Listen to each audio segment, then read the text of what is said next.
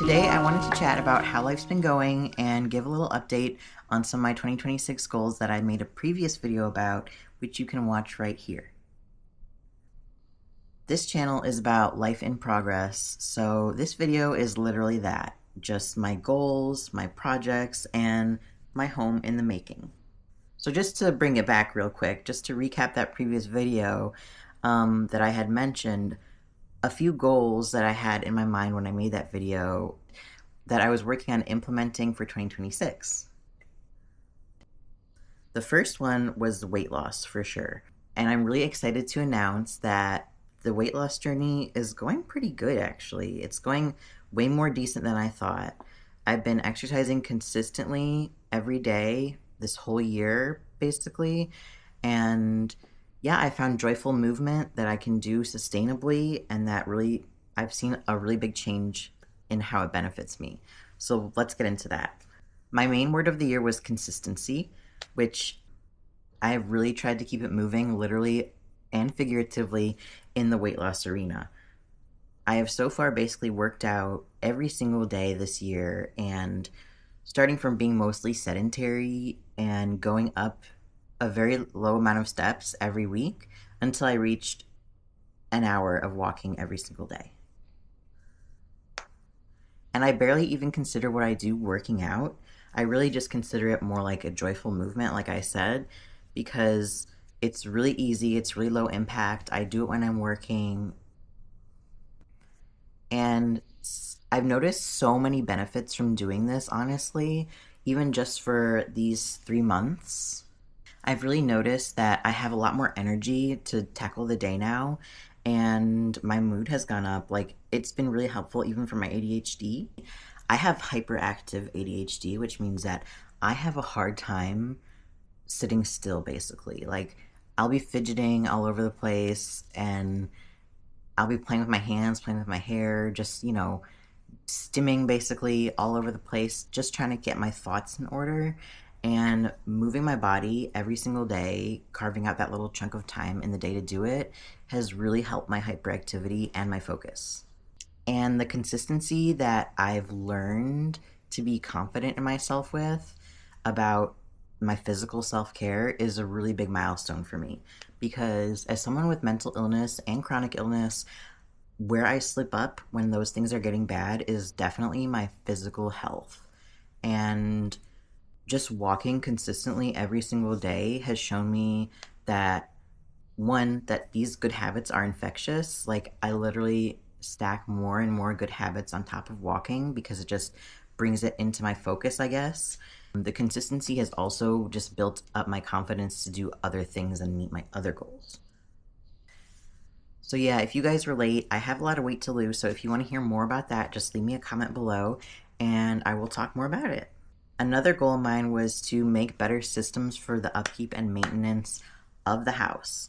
I wanted to have a cleaning routine or a schedule and just be able to have less decision fatigue and think less when it comes to maintaining the house. And this includes things like tidying up, organizing, building routines, meal prepping, meal planning, shopping for groceries, so on and so forth. You all know.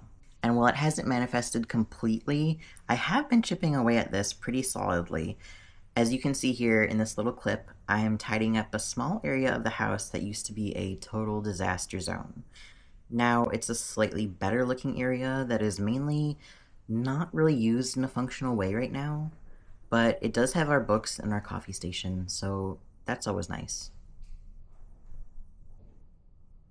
Another goal of mine that I had talked about before was my camera shyness. I really wanted to overcome that and speak more naturally on camera and just show up more authentically on camera. And I can say this has been the hardest goal alongside my weight loss. I struggle a lot to put everything together for a video, but I also think that this makes the goal kind of the most enjoyable one. Making videos lets me stretch a creative muscle that I really haven't been able to use in a long time.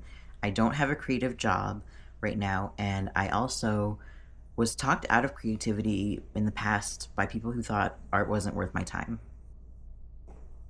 But I found that through making videos consistently, I've really tapped into that part of myself again that is creative and does like to make videos and likes to make art and other things.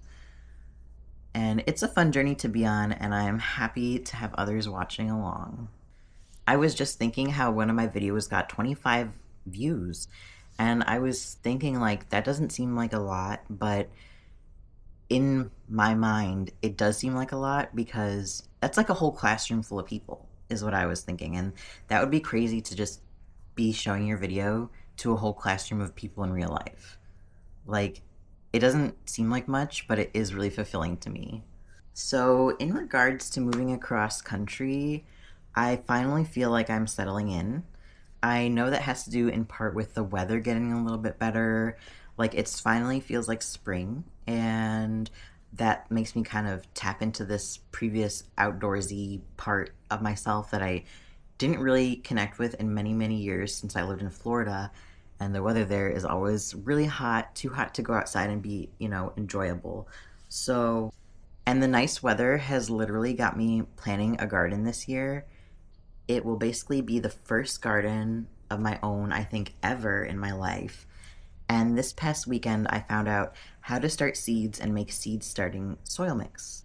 And so here's a little clip of me doing that.